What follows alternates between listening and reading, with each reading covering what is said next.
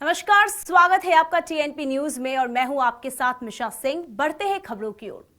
देश के 5 राज्यों में इन दिनों चुनावी संग्राम जारी है।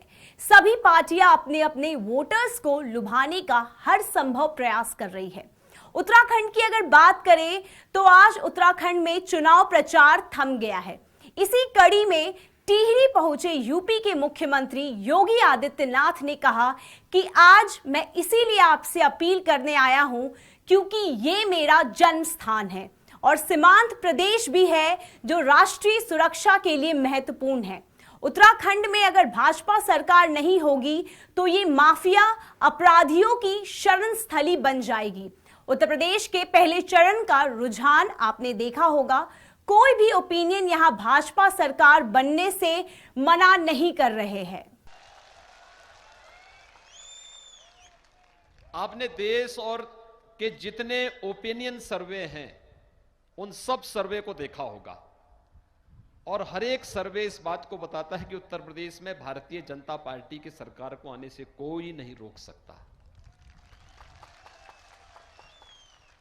जितनी सीट 2017 में भारतीय जनता पार्टी ने पाई थी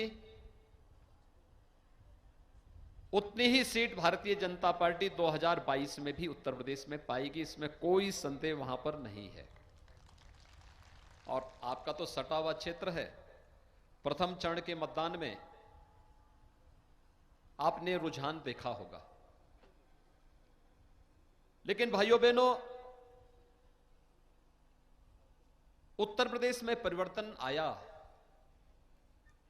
प्रधानमंत्री मोदी जी का यशस्वी नेतृत्व और मार्गदर्शन, डबल इंजन की सरकार, प्रदेश में भारतीय जनता पार्टी की सरकार, केंद्र में भारतीय जनता पार्टी की सरकार। अपराध और अपराधियों के प्रति जीरो टॉलरेंस की नीति के तहत कार्य होना। नहीं तो हर तीसरे दिन एक दंगा होता था, वहां महीनों तक कर्फ्यू लगा रहता था। बेटियां सुरक्षित थी। सहारनपुर, मुजफ्फरनगर, शामली, मेरठ, गाजियाबाद, हापुड़, बुलंदशहर, ये जितने जनपद थे, जितने प्रतिष्ठित परिवार थे, इन लोगों ने सब ने अपनी बेटियों को दूर किसी रिश्तेदार में या फिर हॉस्टल में इन क्षेत्रों से अलग करके मुंबई में, दिल्ली में, कहीं और जगह भेज दिया था। 2017 में जब हम लोग आए थे, यही चुनौती थी हमारे सामने। वहां पलायन होता था, व्यापारी पलायन कर रहा था। हर जगह लोग पलायन कर रहे थे, भाग रहे थे, क्योंकि सुरक्षा का गंभीर संकट था, गंभीर संकट था। लेकिन आज उत्तर प्रदेश देश का सबसे सुरक्षित प्रदेश बन गया है।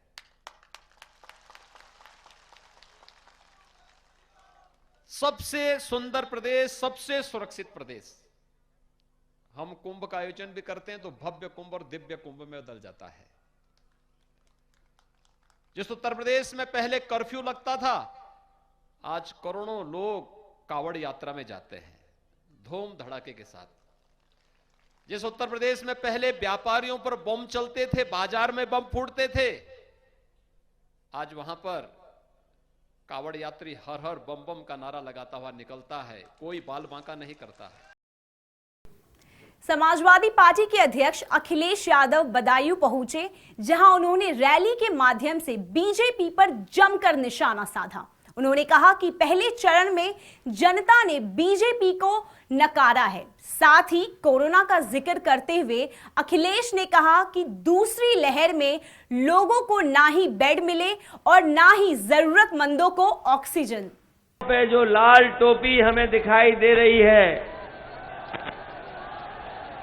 न केवल हमारा मैदान भरा है, दीवालों पे भी बड़ी संख्या में लोग दिखाई दे रहे हैं। छतें भरी हुई हैं और हमारे कुछ साथियों ने साइकिल की ऊंचाई बढ़ा दी है पीछे। मैं देख सकता हूं कि बड़ा उत्साह और जोश दिखाई दे रहा है और ये उत्साह इसलिए दिखाई दे रहा है कि जो चुनाव का परिणाम आना था 10 मार्च को, जिसको भी पता होगा, जानकारी होगी कि जब पहले चरण का वोट पड़ा है, पहले चरण की जनता ने ही फैसला सुना दिया है।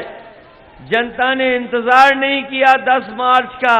उत्तराखंड पहुंचे असदुद्दीन ओवैसी ने उत्तराखंड के सीएम पुष्कर सिंह धामी पर पलटवार किया।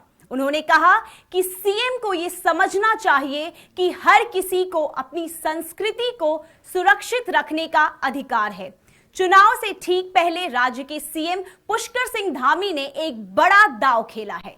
पुष्कर सिंह धामी ने ऐलान किया है कि अगर राज्य में उनकी सरकार बनी तो शपथ ग्रहण के बाद वो तुरंत यूनिफॉर्म सिविल कोड लाएंगे। ओवैसी ने आगे कहा कि सीएम पुष्कर धामी को ये समझना चाहिए कि यूनिफॉर्म का मतलब आम नहीं होता। तुम्हारा नहीं, हमारे घर का मामला है। आप इसमें अपनी टांग या अपनी नाक मत अड़ाओ, जख्मी हो जाएंगी तुम्हारी टांग और नाक। तुमको इस्लाम के माने समझ में नहीं आए, हमको समझ में आ गए। संगम नगरी प्रयागराज में समाजवादी पार्टी के उम्मीदवार और मौजूदा विधायक हाकिम लाल बिंद पर वोटरों के बीच पैसे बांटकर उन्हें लुभाए जाने का आरोप लगा है। वोटरों को पैसे बांटे जाने का एक वीडियो भी सोशल मीडिया पर वायरल हो रहा है।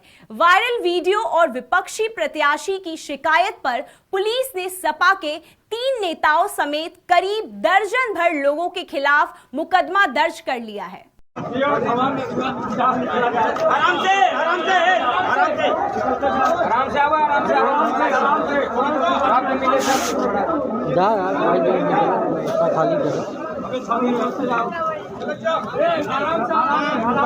हिजाब को लेकर कर्नाटक से शुरू हुआ विवाद अब उत्तर प्रदेश में तुल पकड़ने लगा है। उत्तर प्रदेश के जौनपुर जिले के तिलकधारी महाविद्यालय की बीए की एक छात्रा ने आरोप लगाया कि हिजाब पहनने के कारण उसे क्लास से बाहर निकाल दिया गया। आपको बता दें कि हिजाब विवाद की शुरुआत कर्नाटक के उडुपी से हुआ था। कॉलेज के अनुशासन भैया उसको बंद कर दीजिए, वो लाइक हिट है। कॉलेज के अनुशासन को बनाए रखने के लिए हम ड्रेस कोड फॉलो जरूर करवाते हैं। जो प्रॉपर ड्रेस है, छात्राओं के लिए सफ़ेद सलवार सूट और छात्रों के लिए सफ़ेद शर्ट की अनिवार्यता होती है।